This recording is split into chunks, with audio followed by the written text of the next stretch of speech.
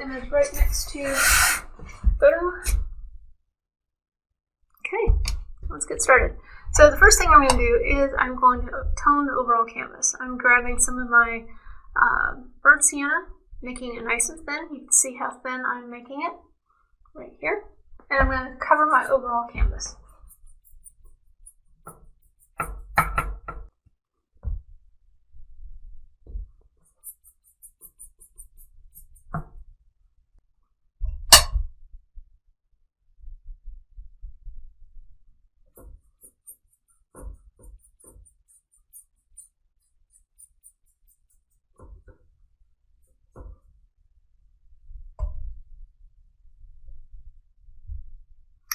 And just to get a little white on that, I'm going to clean that off.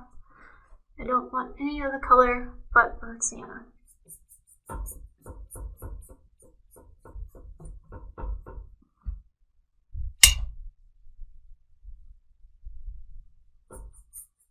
And this is how I can still see my drawing through the burnt sienna.